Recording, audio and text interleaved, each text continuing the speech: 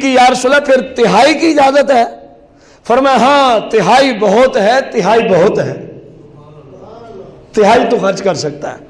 اور اسی حدیث سے یہ وصیت کا باب نکل آیا کہ اگر کوئی بندہ اپنے مرنے کے بعد اپنے مال کی اللہ کے راستے میں خرچ کرنے کی وصیت کرے تو صرف اپنے مال کے تہائی حصے میں وصیت کر سکتا ہے، اس سے زیادہ میں نہیں کر سکتا، اس سے زیادہ میں۔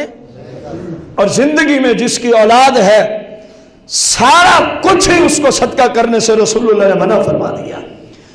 یہاں زکوٰۃ نہیں دیتے، وہاں رسول اللہ کی محبت میں وہ اپیلیں کر رہے ہیں، آپ اجازت دے دیں میں سارا مال ہی اللہ کے راستے میں دے دوں۔ حضرت سیدنا طلحہ انصاری رضی اللہ عنہ نماز کی حالت میں تھے، ان کا بہت بڑا قیمتی باغ تھا، تو آپ کے خیالات میں عین نماز وہ باغ گھومنے لگا۔ جب نماز سے فارغ ہوتے ہیں عرض کرتے ہیں یا رسول اللہ یہ باغ اللہ کے راستے کے لیے میں نے وقف کر دیا، کیونکہ اس کی وجہ سے آج میری عبادت میں خلل پڑا ہے۔ ان کی حالتیں کیا پوچھتے ہو، سارا دن مزدوری کرتے تھے، شام کو اگر 2 روپے ملے نا اگلے دن 1 روپیہ اللہ کے راستے میں خرچ کر دیتے، ایک گھر والوں کے لیے رکھ لیتے تھے۔ سرکار نے فرمایا تھا 1 درہم لاکھ درہم سے بھی بڑھ گیا ہے، یہ باقاعدہ حدیث مبارکہ کے جملے ہیں۔ 1 درہم لاکھ درہم سے، سرکار کی بارگاہ میں غلاموں نے عرض کی یا رسول اللہ 1 کہاں لاکھ کہاں؟ فرمایا سن لو، ایک بندہ ہے اس کی ساری دولت ہے ہی صرف 2 درہم، ہے یہ صرف 2 روپے ہے اپنے اعتبار سے اگر میں مثال کروں، اور دوسرا ہے فرمایا اس کے پاس لاکھوں پڑے ہیں، تو جس نے 2 میں سے 1 دے دیا اس نے کتنی دولت اللہ کے راستے میں دے دی؟ تو لاکھوں میں سے 1 لاکھ دینے والے نے آدھی تو نہیں دی۔ فرمایا اب بتاؤ بڑا 1 لاکھ سے کہ نہ بڑا؟ عرض کی یا رسول اللہ بڑھ گئے۔ ان کی تو حالت یہ ہوتی تھی، اور یہاں حدیث ہے پہنچنے کے باوجود سال کے بعد 100 میں سے 2.5% نکالنا ان کو چٹی نظر آتا ہے۔ ایسی بات ہے کہ نہیں؟ غور کرو نا، آخر کیا وجہ ہے؟ ان تک رسول اللہ کی حدیث پہنچتی، ساری دنیا کو پیچھے کر دیتے، سارے رسم و رواج چھوڑ دیتے، صرف سرکار کی حدیث پہ عمل کیا کرتے تھے۔ اور ہم تک کئی حدیثیں پہنچے، ہم ٹس سے مس نہ ہوں پھر کہیں ہم عاشق رسول ہیں، شرم نہیں آتی؟ فرق کیا ہے؟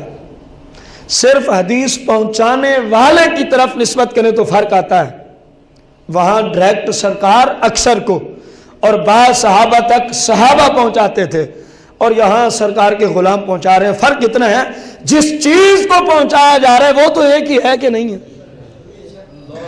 یہ ایسا فرق ہے کہ اس کی ہم مثال نہیں دے سکتے، کسی تک صحابی نے پہنچائی یا ڈائریکٹ سرکار نے، کیونکہ ہم تو ان کے پاؤں کی خاک کے برابر ہی نہیں ہو سکتے۔ لیکن غور طلب بات یہ ہے جو پیغام پہنچایا جا رہا تھا آج سے 1400 سال پہلے، آج بھی وہی پہنچ رہا ہے کہ نہیں پہنچ رہا؟ اب اپنے آپ سے پوچھو ہم کتنے رسول اللہ کی محبت میں سچے ہیں؟ ان نفوس قدسیہ کی سیرت کو دیکھ کر آج تو بدماشی یہاں تک شرائط کر گئی، جو مصلی امامت پہ کھڑا ہے، مصلی امامت پہ، وہ بھی چہرہ فاسقوں والا بنا کے کھڑا ہے۔ کئی مساجد کے ائمہ ہیں جو داڑھیوں کو کترواتے ہیں، چھوٹا کرتے ہیں شریعت کی حد سے، اور پھر مصلی امامت پہ بھی کھڑے ہیں۔ شرم و حیا نہیں آتی؟ ایسے فاسق و فاجر کے پیچھے اسلام کی روشنی میں نماز پڑھنا ہی مکروہ تحریمی ہے، اس کو امام بنانا گناہ ہے۔ آج حالت یہاں تک پہنچ گئی ہے جو دوسروں کا نماز کا امام ہے وہ خود فاسق و فاجر ہے، وہ خود فاسق و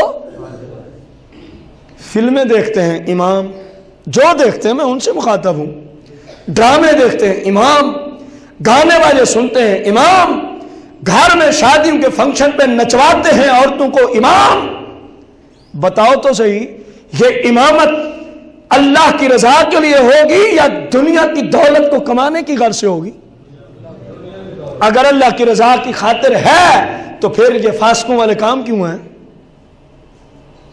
میں اپنے شعبے کے لوگوں سے مخاطب ہوں، میں خود بھی امام ہوں، میں کوئی غلط بات تھوڑی کہہ رہا ہوں، جو کہہ رہا ہوں قرآن و حدیث سے میں اس کا ذمہ دار ہوں۔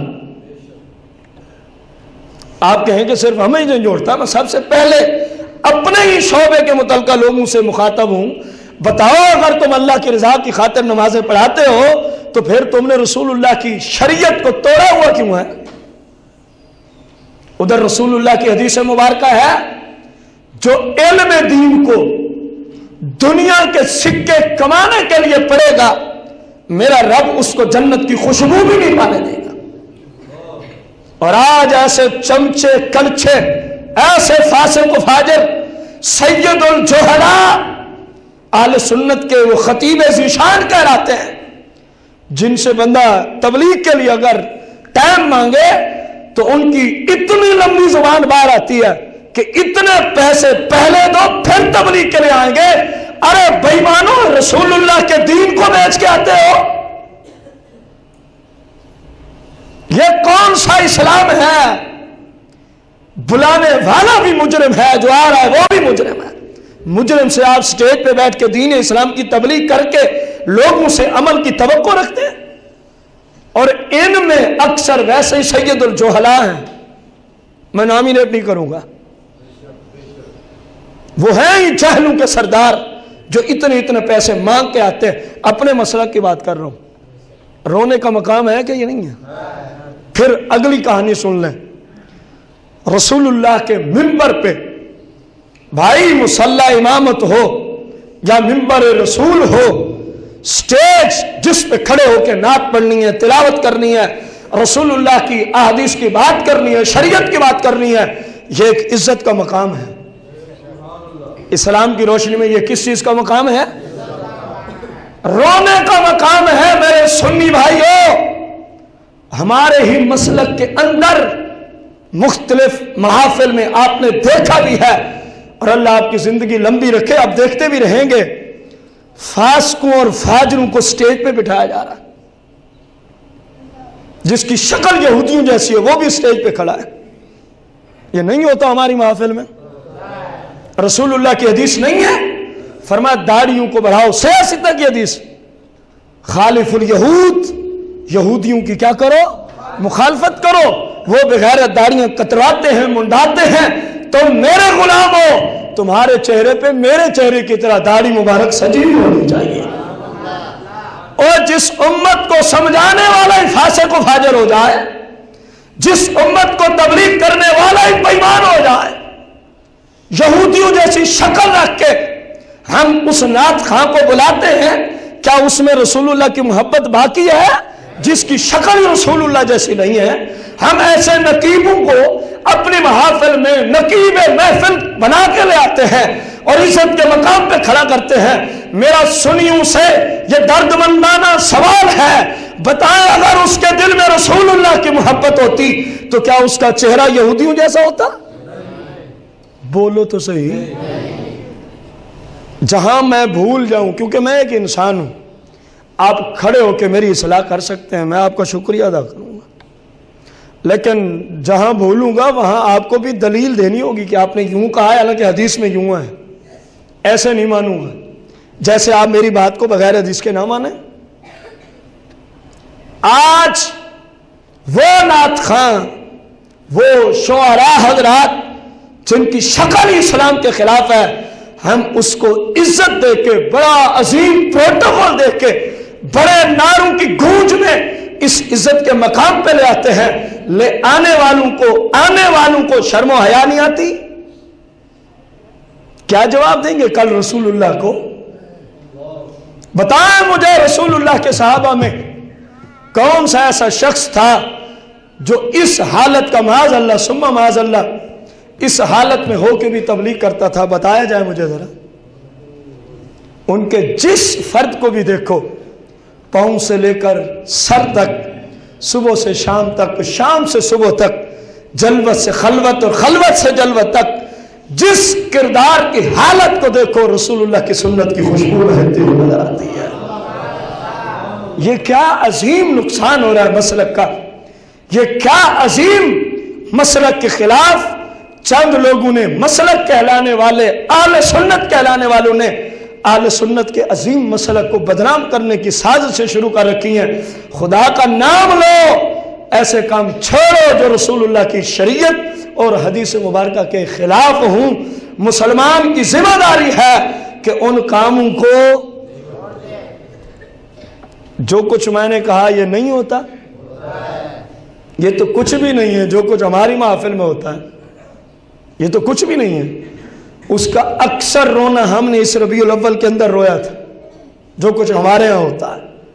میرے بھائی خدا کا خوف کریں، غور کریں، چلو ایک بندہ ہی سمجھ آئے تو یہی بھی محفل سجانے کا مقصد کامیاب ہو گیا۔ ہم نے آپ کو کیوں بلایا؟ اپنا دیدار کرانے کو؟ ہرگز نہیں۔ آپ کیوں آئے ہیں؟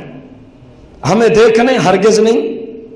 اس لیے وقت دے کے بیٹھے ہیں نا کہ رسول اللہ کا دین سیکھ لیں گے۔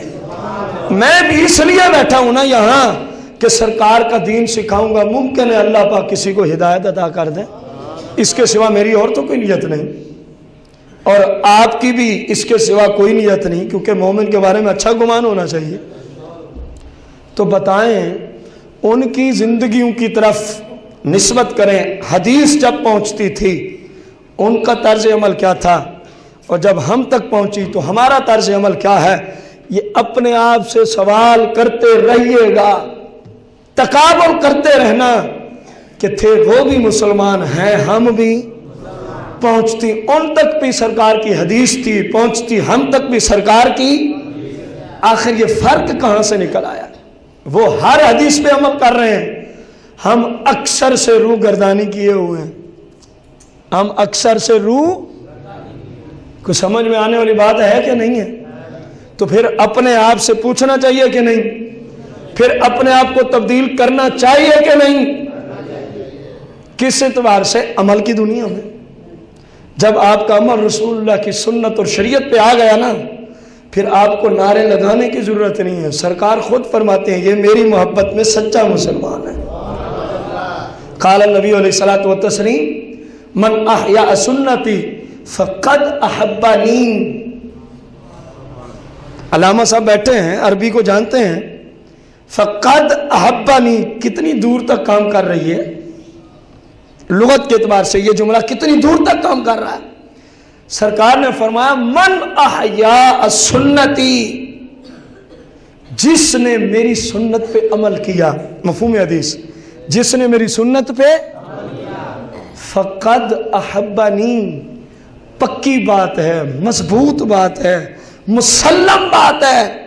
فرمایا میں رسول اللہ ہو کے کہہ رہا ہوں، جو میری سنت پہ عمل کرتا ہے فقد احبنی، وہ مجھ سے محبت کرنے والا ہوتا ہے۔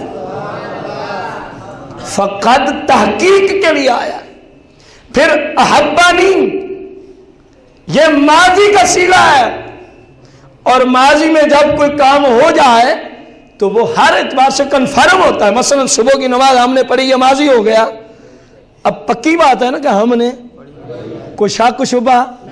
سرکار نے ماضی کا صیغہ اس لیے لٹایا ہے کہ لوگوں فقد بھی ہے، ماضی بھی ہے، پھر احبانی، احبہ بھی ہے شد کے ساتھ۔ سرکار نے فرمایا کہ پکی بات ہے، جو میری شریعت و سنت پہ چلتا ہے، میں سارے رسولوں کا امام ہوتے ہوئے فتویٰ دے رہا ہوں، فقد احبنی، وہ بندہ میری محبت میں سچا ہوتا ہے۔ یہ ہے رسول اللہ کی محبت، یہ ہے سرکار سے عشق، یہ ہے رسول اللہ سے نسبت۔ حقیقی محبت یہ ہے، باقی سب نعرے بازیاں ہیں۔ پھر سرکار نے فرمایا جو ہم سے سچی محبت کرے اس کو صلہ کیا ملتا ہے؟ وَمَنْ أَحَبَّنِي فَقَدْ كَانَ مَعِيَ فِي الْجَنَّةِ او کما قال علیہ السلام۔ یہ تو سمجھ آ گئی ہے نا کہ سرکار کی محبت میں سچا کون ہوتا ہے؟ بولیں کون ہوتا ہے؟ سارے بولیں گے، میں اگلا ترجمہ پھر کروں گا۔ پیچھے والے بھائی ناراض ہو گئے کیا؟ بولے نا۔ رسول اللہ کا فتویٰ کہ میری محبت میں سچا کون، جواب عطا کریں آپ لوگ۔ رسول اللہ نے فتویٰ عطا فرمایا، میری محبت میں سچا کون، جواب آپ دیں گے۔ رسول اللہ نے فتویٰ عطا فرمایا کہ میری محبت میں سچا کون، جواب۔ اس فتوے میں کسی کو شک کی گنجائش، کیونکہ وہ تو پھر حدیث کا منکر ہوا، اور جو حدیث کا منکر ہے وہ ابتدائی اسلام، ابتدائی درس کے اندر آپ کو بتا دیا کہ وہ اسلام سے خارج ہوتا ہے۔